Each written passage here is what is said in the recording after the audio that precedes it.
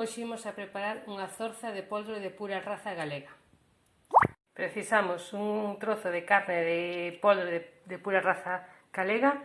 Vamos a precisar sal, pemento doce, pemento picante, uns dentes de allo e un pouco de viño tinto. E despois, para acompañar, neste caso vamos a acompañar cunhas patacas fritas e ovos fritos. E tamén, se queredes, podedes engadir un pouco de queixo ralado.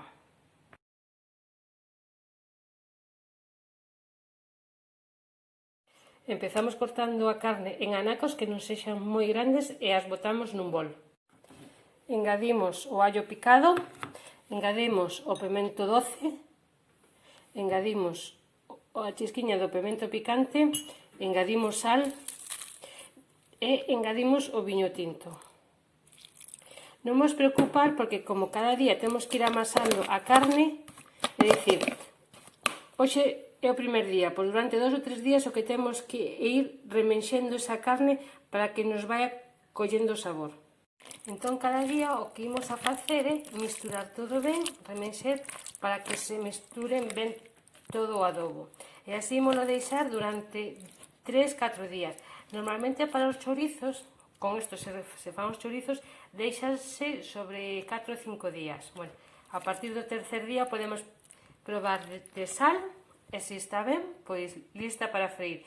Se nos gusta un poquinho máis picante, pois añadiremos un peliño máis de pimenta picante.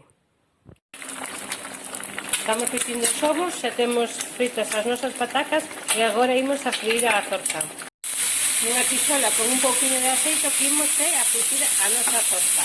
Eu tívena durante 4 días. Todos os días aí va amasando para que se misturaran ben todos os sabores. Nada, deixamos que se frita o noso gusto, máis ou menos feita, e xa emplatamos. Temos a nosa zorza frita e agora o que nos queda sería simplemente ir emplatando o noso prato de hoxe. Aquí temos a nosa zorza de pollo de pura raza galega, con patacas fritas e ovos. Imos alá.